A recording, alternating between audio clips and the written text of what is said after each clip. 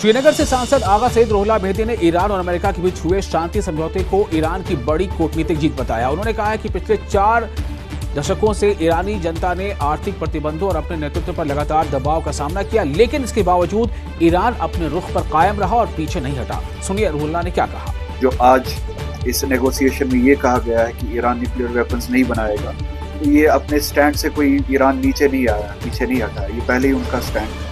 उसके बाद जो सैंक्शंस है उनको उठाने की बात की गई है नेगोशिएशंस में। स्ट्रेट ऑफ हॉर्मुज़ को जो है खोलने की बात की गई है, यानी अमेरिकी प्रेजेंस वहाँ पे नहीं होगी स्ट्रेट ऑफ हॉर्मुज़ में।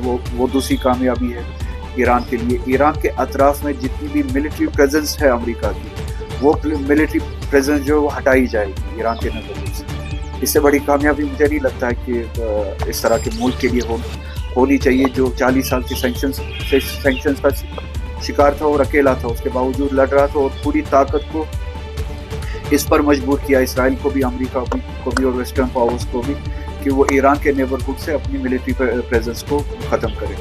जो पैसा फ्रीज हुआ था ईरान का, जो जायज़ पैसा था, तजारती पैसा जो था इस स्टेट का, वो अनफ्रीज करने की बात की गई है।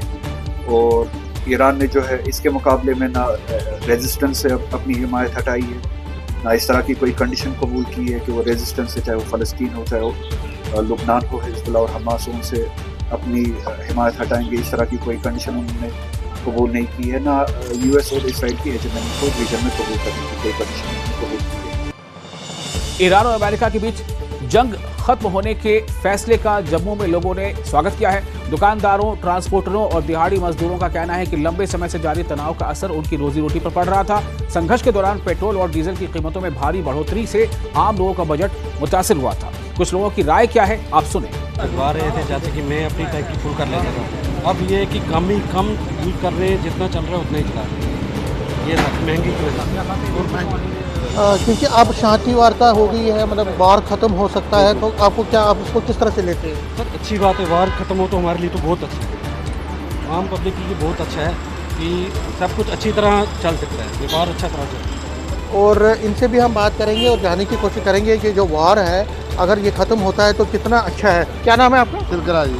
तिलकरा जी, कितना मुश्किल हो रहा था? बहुत मुश्किल, हमारा बहुत महंगा हो गया पेट्रोल, हमको 12 नहीं खा रहा है गाड़ी चला के ही, काम है ही नहीं इतना, पेट्रोल इतना महंगा, मंगोलिया इतना महंगा, काम धंधा है ही नहीं है, बहुत मुश्किल। अभी कह रहे हैं कि वार ख़त्म हो सकता है। हम चाहते हैं कि ऐसा काम नहीं होना चाहिए, सही सलामत होना चाहिए सब कुछ, हमको दिक्कत आती है। पहलगाम में पीडीपी के सदर महबूबा मुफ्ती ने सीएम उमर अब्दुल्ला पर निशाना साधा और एक कुल जमाती बैठक बुलाने की उनकी अपील का जवाब न देने पर नाराजगी जताई। उन्होंने कहा कि अमरनाथ की यात्रा को सफल बनाना सभी की सामूहिक जिम्मेदारी है।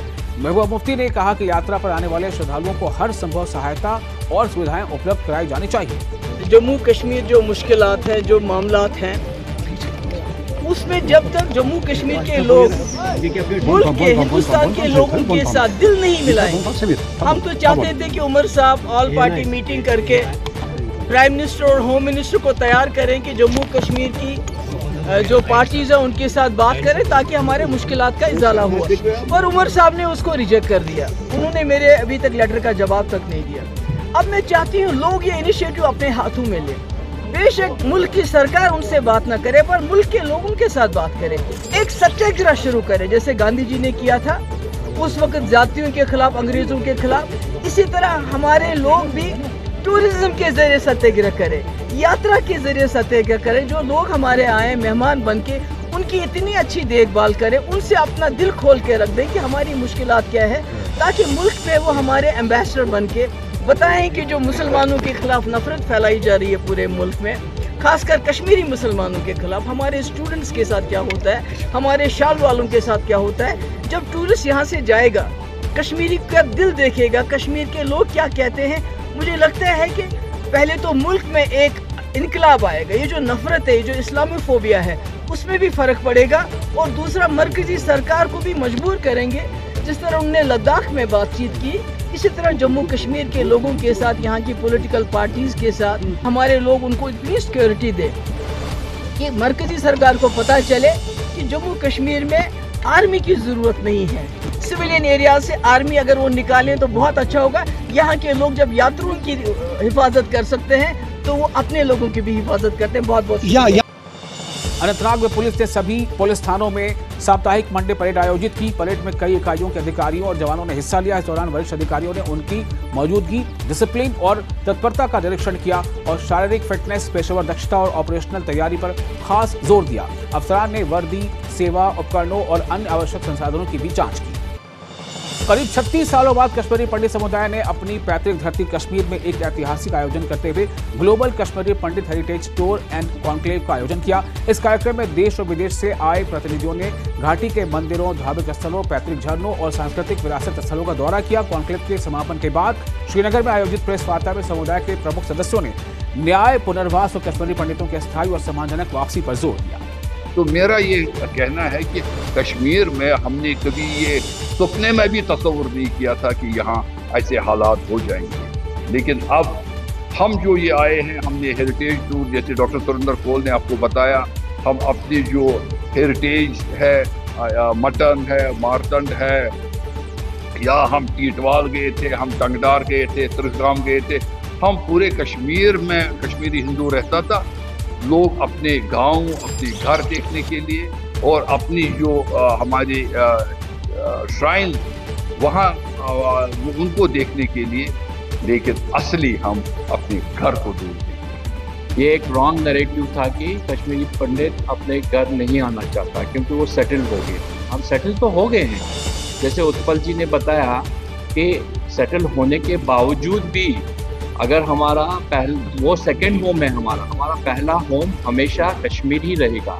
भले हम वहाँ काम करते हैं कहीं भी, जैसे उत्पल जी ने बताया, यहाँ के युवा और बहुत सारे लोग बाहर दूसरी जगहों में काम करते हैं, मगर वो अपने त्योहार के टाइम पे अपने घर आ जाते हैं, ईद के दिन अपने घर आ जाते हैं। तो वैसे ही हम भी करना चाहते हैं। फर्स्ट ऑफ ऑल हम तो अपना घर बनाएंगे ही बनाएंगे, सारा 99% लोग रेडी है, और उसके बाद चाहे हम 3 महीने बाहर भी जाएंगे, 4 महीने बाहर जाएंगे, बट अपना त्योहार मनाने के लिए हम definitely we are ready to come to our.